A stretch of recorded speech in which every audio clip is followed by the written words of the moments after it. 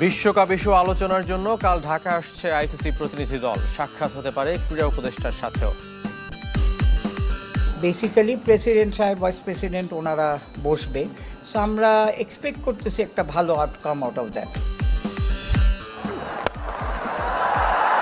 Oh, that's gone and taken at deep cover. He did middle it. Enjoy the field. শরীফুলের ফাইফারে BPL এ playoff স্বপ্ন শেষ নোয়াখালীর। সোহানকে সরিয়ে রংপুরের নতুন অধিনায়ক লিটন দাস। সবাই যে এক্সপেকটেশন রাখে ওই জিনিসটা এখনো ফুলফিল করতে পারিনি, বাট কমতি কখনোই ছিল না। চেষ্টা করবো ওখান থেকে ওভারকাম করে রংপুরে যেন ভালো কিছু দিতে পারি। কাল যুব বিশ্বকাপ মিশন শুরু বাংলাদেশের। বুলাওয়েতে প্রথম ম্যাচে প্রতিপক্ষ ভারত। বাংলাদেশের বিশ্বকাপ ভেন্যু পরিবর্তনের দাবি নিয়ে আলোচনায় কাল ঢাকা আসছে আইসিসির প্রতিনিধি দল, জানিয়েছেন বিসিবি পরিচালক ইফতেখার রহমান মিঠু। এই সফরে শুধু বিসিবির সাথে আলোচনায় সীমাবদ্ধ থাকবেন না আইসিসির প্রতিনিধিরা, ক্রীড়া উপদেষ্টার সাথেও তাদের সাক্ষাতের সম্ভাবনা রয়েছে। শুরুতে চিঠি চালাচালি, এরপর ভিডিও কনফারেন্স। বিসিবির সাথে নিয়মিত যোগাযোগ রাখছে আইসিসি। সূচি অনুযায়ী ভারতেই যেন খেলে টাইগাররা, সে অনুরোধও করেছে ক্রিকেটের সর্বোচ্চ সংস্থা। তবে বিসিবির বরাবরই এক জবাব, টি-20 বিশ্বকাপ খেলতে ভারতে যাবে না বাংলাদেশ। আমরা যে স্ট্যান্ড নিছি ওই স্ট্যান্ডে আমরা ঠিক আছি। আমরা আমাদের স্ট্যান্ড থেকে এক ইঞ্চিও নড়বো না, মানে ইন্ডিয়াতে আমরা যাব না। বিসিবিকে রাজি করানোর কৌশলে পরিবর্তন আনতে যাচ্ছে আইসিসি। এত অল্প সময়ের মধ্যে ভেন্যু ও সূচি পরিবর্তনের জটিলতা আর ভারতে টাইগারদের নিরাপত্তার নিশ্চয়তা নিয়ে আলোচনা করতে ঢাকায় আসছে আইসিসির প্রতিনিধি দল। তবে এবার শুধু বিসিবির সাথে আলোচনায় সীমাবদ্ধ থাকবেন আইসিসি।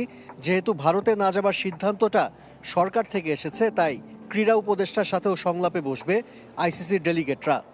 জুম মিটিংয়ের পরে এখন ওনারা বলতেছে যে সামনাসামনি বসে আলাপ করতে চায়। একটা মিটিং হবে ডেফিনেটলি, ক্রিকেট বোর্ডের সাথেই হবে, আমাদের স্পোর্টস মিনিস্ট্রির সাথে হয়তো হবে। তাতে কি মন গলবে বাংলাদেশের? ক্রিকেটের স্বার্থে ভারতে যেতে রাজি হবে নাকি নিজেদের সিদ্ধান্তে অনড় থাকবে? ক্রিকেট বোর্ড নিশ্চিত করেছে আলোচনা যাই হোক, বাংলাদেশের অবস্থান বদলাবে না। ক্রিকেট বোর্ডের আপনি তো জানেন যে আমাদের তো স্ট্যান্ড একটাই, we have not moved from anyway. তো আমরাও সবাই চাই যে কোনো না মানে খেলাটা হোক, cricket should go ahead. So এটা সবার জন্যই ভালো। আইসিসির প্রতিনিধি দলের ঢাকায় আগমনকে ইতিবাচক হিসেবে দেখছে বিসিবি। বাংলাদেশকে ছাড়া টি-20 বিশ্বকাপ আয়োজনের চিন্তা করতে পারছে না সংস্থাটি। এই সফর তারই ইঙ্গিত। আশিক রুদ্র, চ্যানেল 24, ঢাকা। দেশের স্বার্থ বিবেচনায় টাইগারদের বিশ্বকাপে অংশগ্রহণের ব্যাপারে সিদ্ধান্ত নেবে বিসিবি, প্রত্যাশা বিএনপির ক্রীড়া সম্পাদক আমিনুল হকের। নানা নাটকীয়তার পর খেলা মাঠে ফেরায় স্বস্তি প্রকাশ করেছেন সাবেক ফুটবল অধিনায়ক। আমিনুল হকের দাবি, সবশেষ বোর্ড নির্বাচন বিতর্কিত হওয়ায় বিসিবিতে সমন্বয়হীনতা আর নানা সংকট তৈরি হচ্ছে।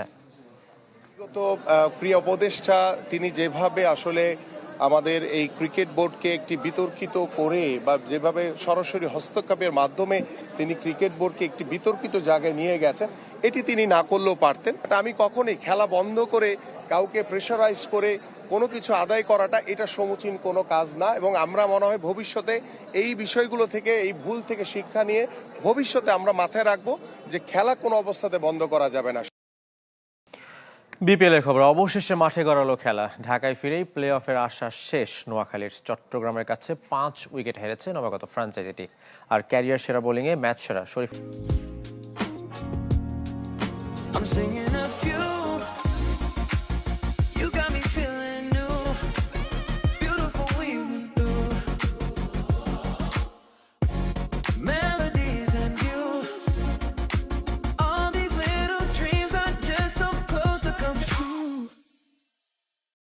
বিপক্ষে হেরে 9 ম্যাচে মাত্র 2 জয়ে টেবিলের তলানিতে নোয়াখালী। টস হেরে ব্যাট করতে নামে নোয়াখালী। শেখ মেহেদীর ঘূর্ণি না বুঝে বিদায় নিয়েছেন অধারাবাহিক সৌম্য সরকার।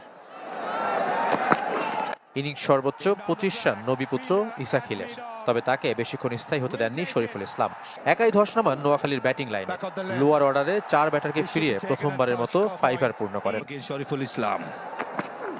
বাংলাদেশি পেসারদের মধ্যে বিপিএল এ সবচেয়ে কম 9 রান দিয়ে 5 উইকেট শিকার শরীফুলের।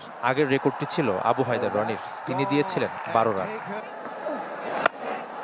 মাঝে শেখ মেহেদীর ঘূর্ণিতে 7 বল আগে 126 রানে গুটিয়ে যায় হায়দার আলীর দল। ব্যাট হাতে এদিনও ইনিংস বড় করতে ব্যর্থ জাকের আলী। ছোট্ট টার্গেটে ব্যাট করতে নেমে 29 রানের মধ্যে 4 উইকেট হারিয়ে বিপদে পড়েছিল চট্টগ্রামও। যে বিপদ আরও বাড়িয়েছে হাসান নওয়াজের উইকেট। মাহমুদুল হাসান, নাইম শেখদের ব্যর্থতা চলমান। এরপর হাল ধরেন অধিনায়ক শেখ মেহেদী। আসিফ আলীর সাথে তার 59 রানের অবিচ্ছিন্ন জুটি চট্টগ্রামকে জয় এনে দেয় 3 ওভার আগে। মেহেদী 49 আর আসিফ অপরাজিত 36 রানে। দিনের 2 ম্যাচের জন্য নতুন করে টিকিট কেটে খেলা দেখতে হয়েছে দর্শকদের।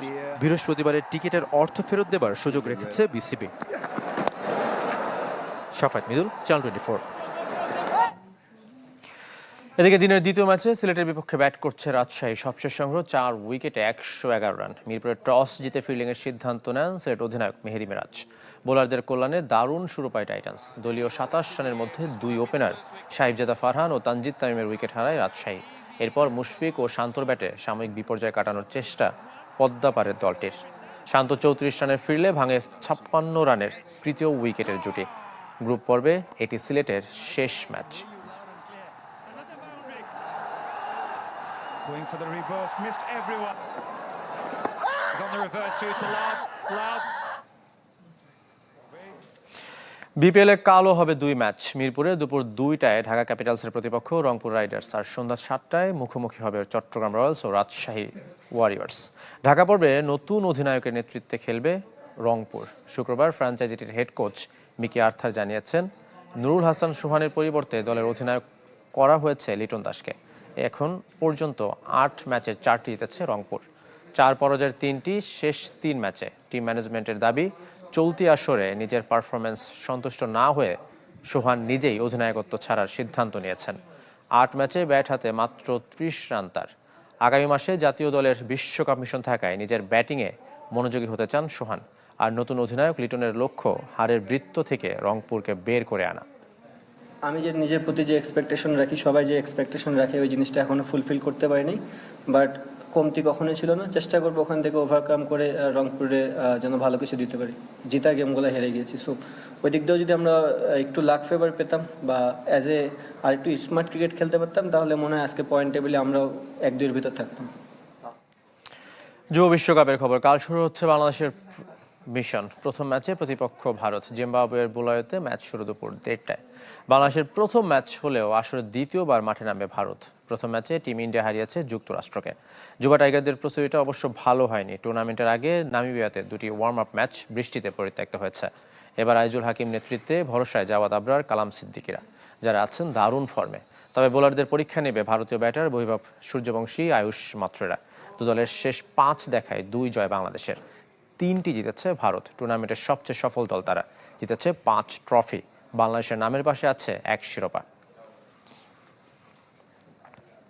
সবাইকে সঙ্গে থাকার জন্য।